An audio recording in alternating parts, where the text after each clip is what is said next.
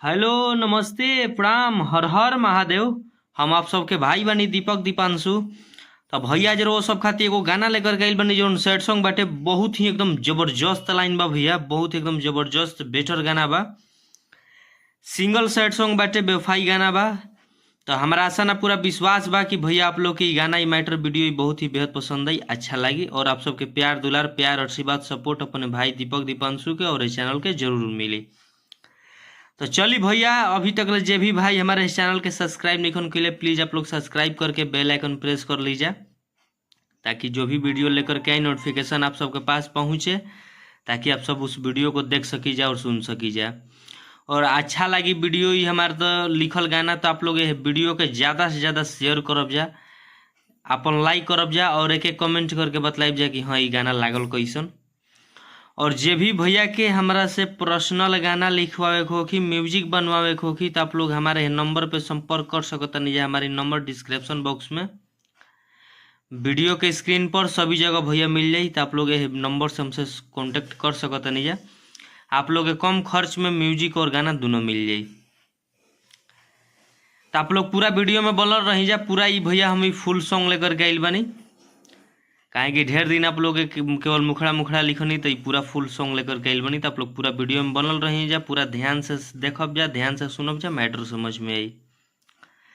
तो चलिए हम आप सबके बता दें कि तर्ज बा जनुआ में जान, दीपक दीपांशु। सिंगल सॉन्ग बटे, बेवफाई गाना है, सैड सॉन्ग। तो हम मुखड़ा के डमी करके सुनावत तनी।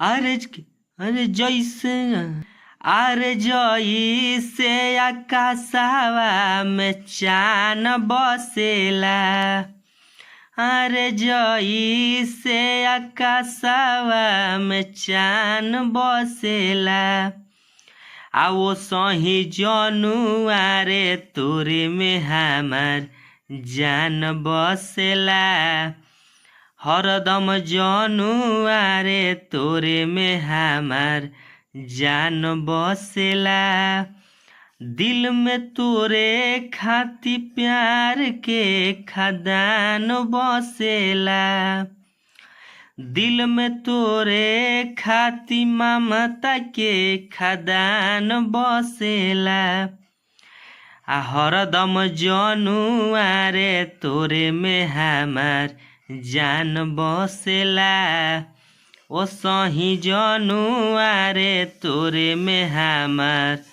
जान बसेला। तो चली,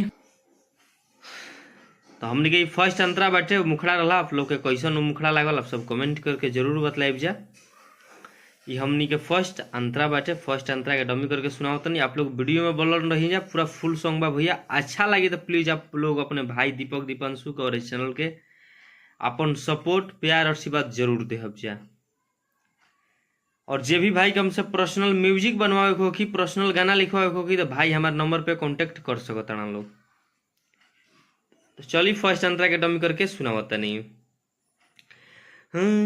कि कैसनो आए समय हमारा साथ जानी छोड़ी है, आखो हमार कसम कबो दिल जानी तोड़ी है, आ कैसनो आई समय हमार साथ जानी छोड़ी है, आ खाके कहू कसम कबो दिल जानी तोड़ी है, कि दिल से दिल मिले तो प्यार के निशान बसेला, एक दूजे के दिल में प्यार के निशान बसेला, ओ सही जनुआ रे तोरे में हमार जान बसेला, हरदम जनुआ रे तोरे में हमार जान बसेला।